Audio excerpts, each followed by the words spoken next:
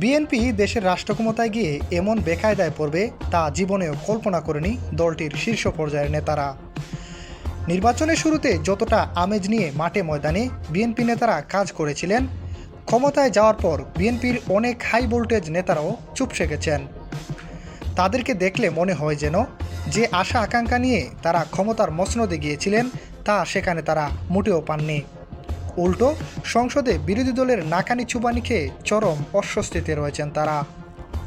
সংসদের সব মন্ত্রী এমপিদের দায়িত্ব সবই যেন সালাউদ্দিন আহমেদের ঘাড়ে তুলে দিয়েছেন সরকারি দলের নেতারা। এই ভিডিওতে আজ আমরা ভালো করে দেখিয়ে ও বুঝিয়ে দেব কেন বিএনপি ক্ষমতায় গিয়েও মহাবিপদে পড়েছে। প্রথমত যে কারণটি আমরা উল্লেখ করব সেটি হলো বাংলাদেশের বৈদেশিক ঋণ।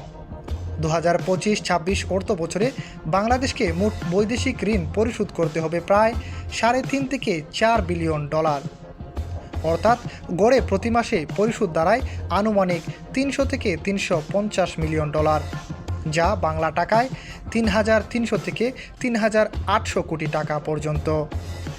বিএনপি সরকারকে চরম অস্বস্তিতে ফেলতে এই একটা কারণই যথেষ্ট।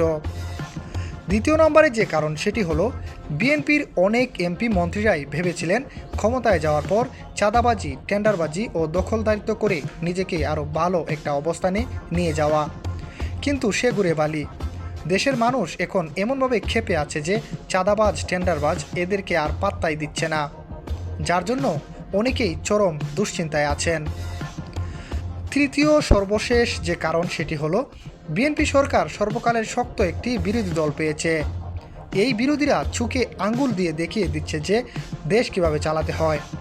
অলরেডি বিএনপির কুমিল্লা 6 আসনের এমপি মনিরুল হক চৌধুরী একথা স্বীকার করে নিয়েছেন। সেটা হলো আওয়ামী লীগের বিরুদ্ধে নির্বাচন তারা কি করবে জানতাম, কিন্তু সৎ লোকের শাসন, জামাত প্রতিপক্ষ হলে কি হয় এবার আমরা মাঠে হারে হারে টের পেয়েছি। জামায়াতের সব এমপিদের কথা না হয় বাদই দিলাম, এনসিপির এক হাসনাত আবদুল্লাহ পুরো বিএনপির এমপি মন্ত্রীদের ঘুম হারাম করে দিচ্ছেন। সম্প্রতি খেজুরের হিসাব নিয়ে হাসনাত আবদুল্লাহর দেয়া তথ্য অবাক করেছে পুরো দেশকে। সরকারের পক্ষ থেকে খেজুর বরাদ্দ থাকে ইতোপূর্বে কেউই এই বিষয়টি নিয়ে ওয়াকিবহাল ছিলেন না। রাস্তাঘাটে যেখানে মন চায় সেখানেই এমপি সেবা দিচ্ছেন এই তরুণ এমপি হাসনাত আবদুল্লাহ।